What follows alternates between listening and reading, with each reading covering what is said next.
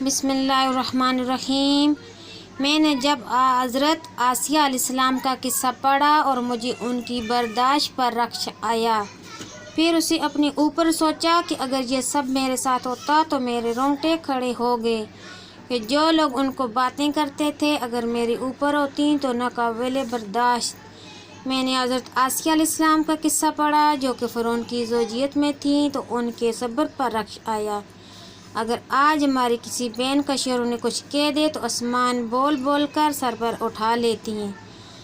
حضرت ابراہیم علیہ السلام کی پیدائش بت تراش کے گھر میں ہوئی۔ گھر سے نکالے گئے، اپنا باپ ہی بیٹے کو جلانے کے لیے لکڑیاں اٹھا اٹھا کر لاتا تھا، لیکن امتحان میں کامیاب ہوئے تو ویران بیابان میں اکلوتی اولاد کو چھوڑا۔ اللہ اکبر۔ پھر قربانی دینے کا حکم۔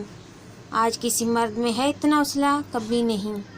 حضرت ایوب علیہ السلام کی بیماری، سب کچھ چلا گیا، اولاد، مال، بیویاں، سب کچھ، لیکن آزمائش پر صبر کیا۔ آج ہے کسی میں اتنا صبر؟ بالکل نہیں۔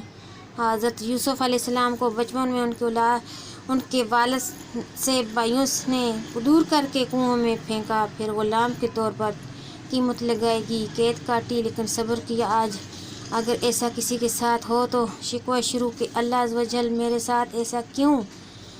رسول صلی اللہ علیہ وسلم، حضرت محمد صلی اللہ علیہ وسلم نے یتیمی میں آنکھ کھولی، پھر ماں بھی چھوڑ گئی اور مختلف آزمائشوں سے گزرے، نبوت کے مقام پر پہنچے، غزوات، بھوک، دشمنوں سے مسلسل آزمائش کی زندگی۔ یہ کیا آج کوئی کر سکتا ہے یہ سب برداشت؟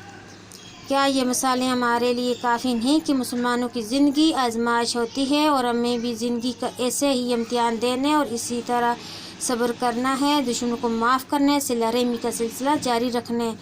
اللہ حافظ۔